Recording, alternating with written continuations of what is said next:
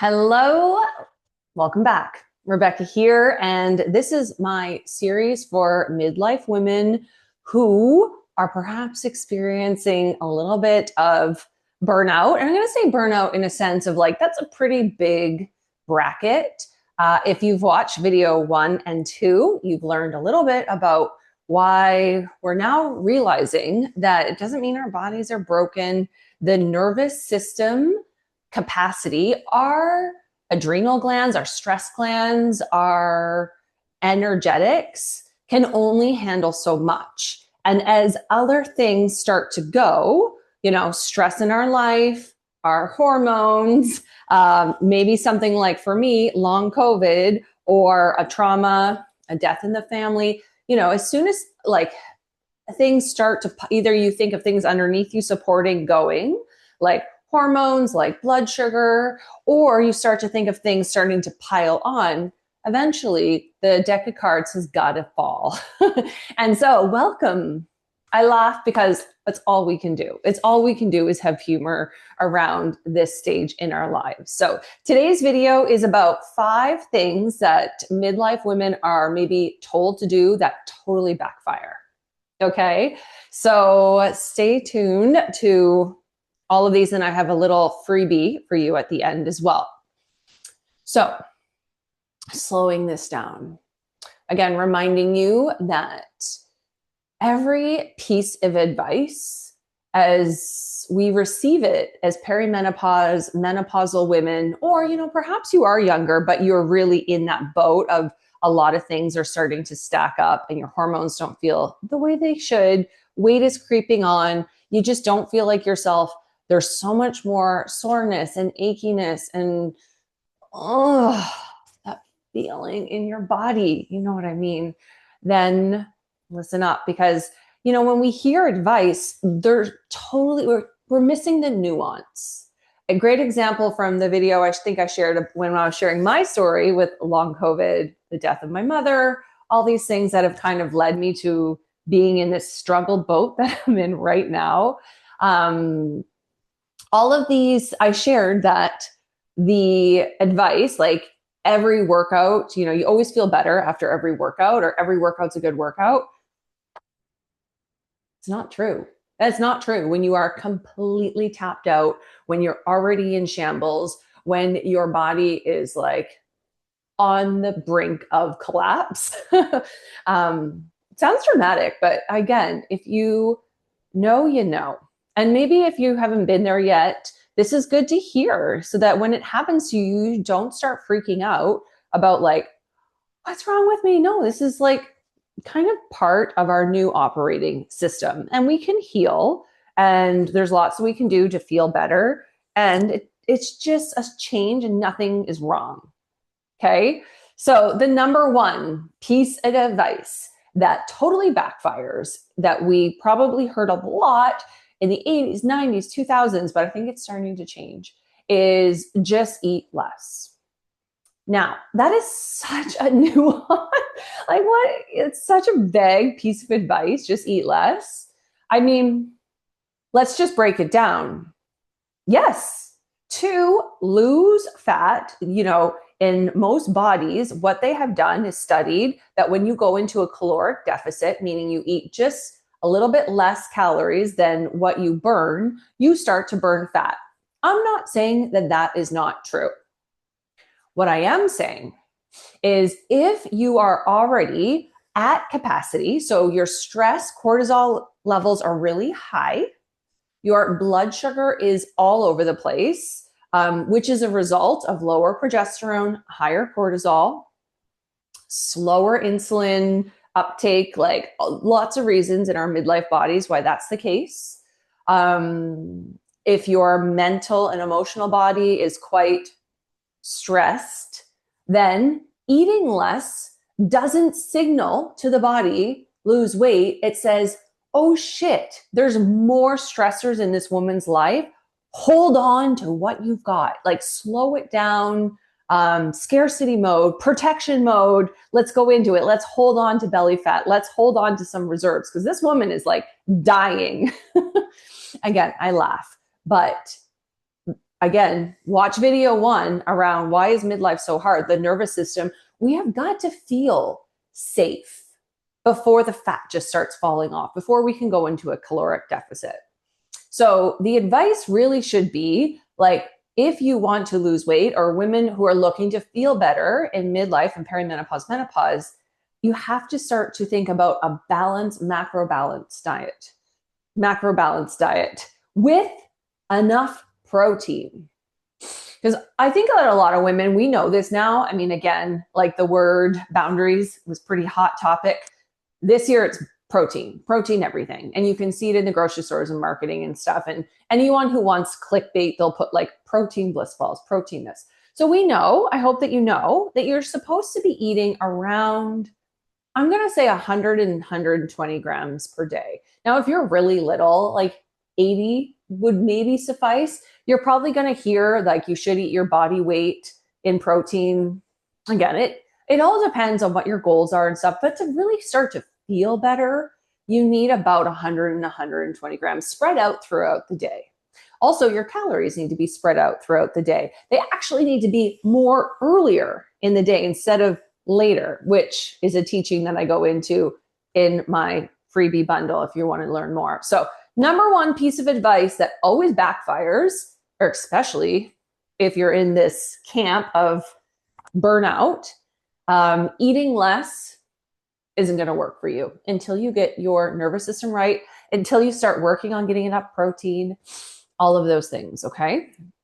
Number two, piece of advice is just work out. Like the more you move, the more calories you burn. High intensity HIIT workouts burn a ton of fat. I used to tell people that, like HIIT workouts, because the idea behind a HIIT, again, there's nuance. The idea behind an actual HIIT workout, which is where you do 30 minutes or 30 seconds, sorry, not 30 minutes, of intense, full balls to the wall exercise.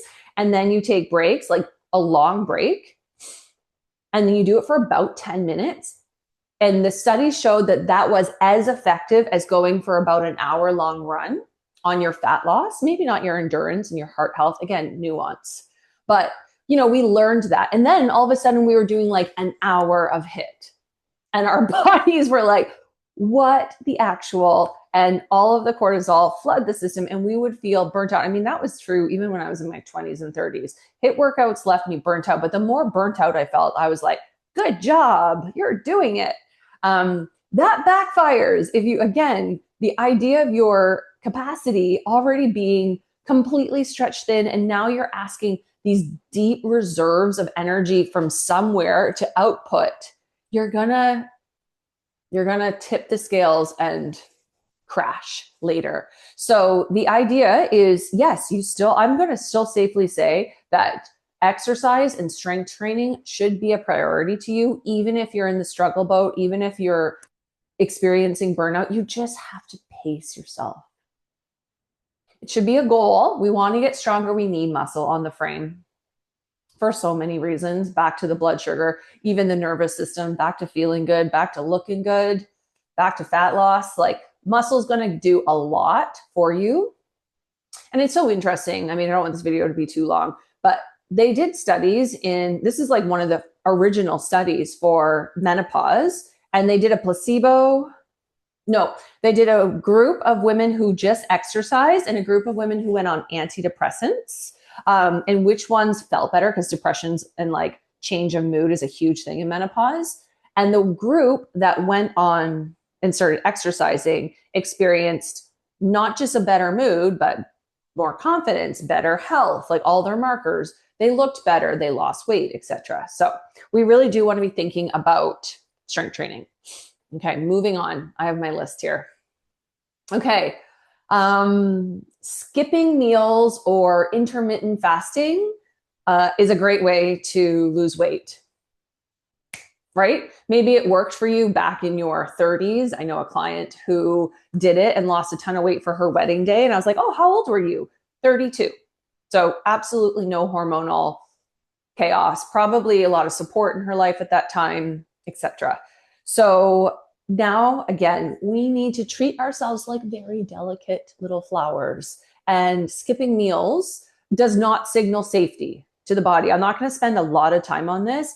I know that there is maybe some opposing science. There's somebody out there, I forget what her name is at the tip of my tongue, who talks about fasting being great for menopause. And I think that there's probably one or two women that it might work great for them. But again, I don't think that they have a long COVID or an autoimmune or a thyroid or an adrenal, any of those issues, even just a burnout. If you're like in perimenopause and maybe you're not even really experiencing that many hormonal shifts, you might be that 1% that intermittent fasting feels good for. For the rest of us women, we need to still stay within a good caloric amount. Like we can't just eat whatever, but you have to pace and spread out those calories throughout the day. And I've already said we actually want to be eating more in our more metabolically active time, which is breakfast.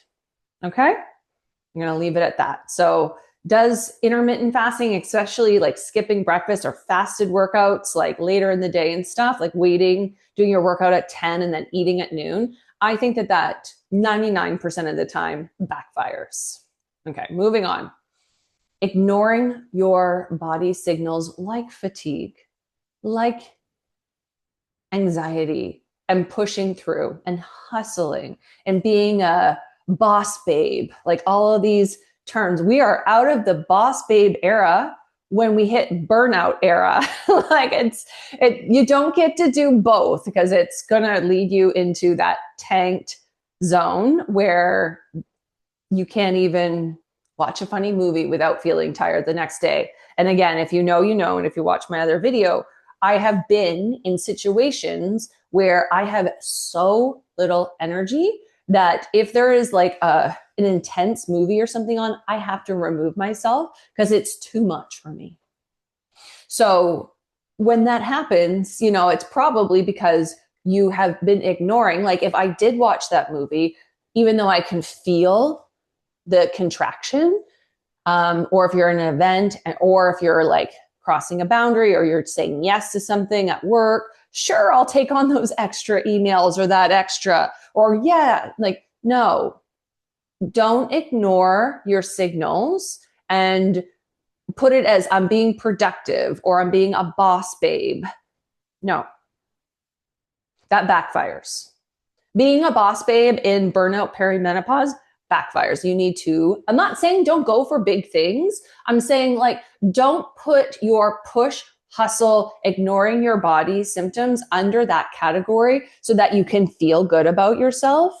No, that's not how it works. You can hustle when you feel good, when you've done the work to restore safety in your body, your nervous system is settled, recalibrated, you're very grounded, you have life force energy moving through you again, because everything is balanced again or coming closer to balance. It's a very like unicorn thing in perimenopause to actually have balanced hormones. It's not what's happening. It's not wrong. So number 5, trying to keep these videos within 15 minutes. Okay. And then lastly, number 5 is treating perimenopause like something you just have to get through. Okay, this isn't a new phase. I mean, it is, but like, it's really just, like I said earlier, it's a new operating system and we should just treat it as such. Okay. What was working before is outdated because your cells are different. You're working with different hormones, different amounts. And again, your life has more probably to it. So, you know, we don't want to just kind of like get through this. I find that always backfires, especially when we think about mentally, you know, like we want to embrace and find the power. It's a quiet power, but it's like a returning to self.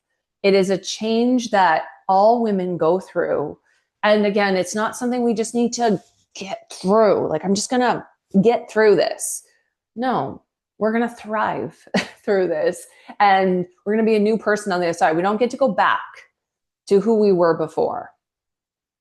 And so I find when women don't really have eyes open and embrace that this is new and it's who you are now, and it's beautiful as not beautiful as it can feel sometimes, but like yeah, this is more of a mental, like I find you start to see really nervous system dysfunction, relationship, just weird self-image stuff if you don't embrace this.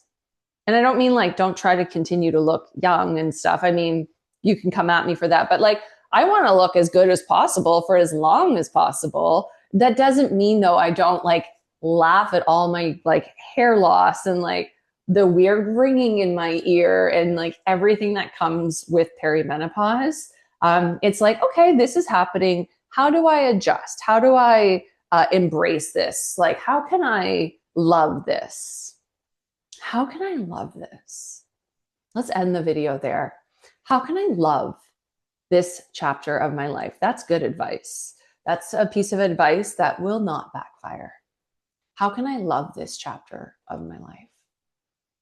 If you are resonating with what I'm saying and you want to hear more about like the workout, the nutrition, and then try a self-love practice, I have a free midlife bundle, 3 videos, plus a series of emails that is more educational and empowering to help support you.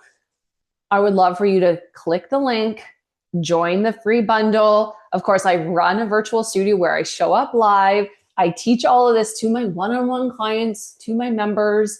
I love helping support midlife women. And I know that the reason I am struggling so much right now is so that I can become a better coach for you. I'm a science girly. I am someone who embodies, not just like reads the book, but I go and do the practice. I feel the pain in my body. I am feeling how this practice and this practice is helping heal. And I'm there for you. And, you know, I'm there to reach my hand down and pull as many women up as possible. So thank you for being here. Until the next video.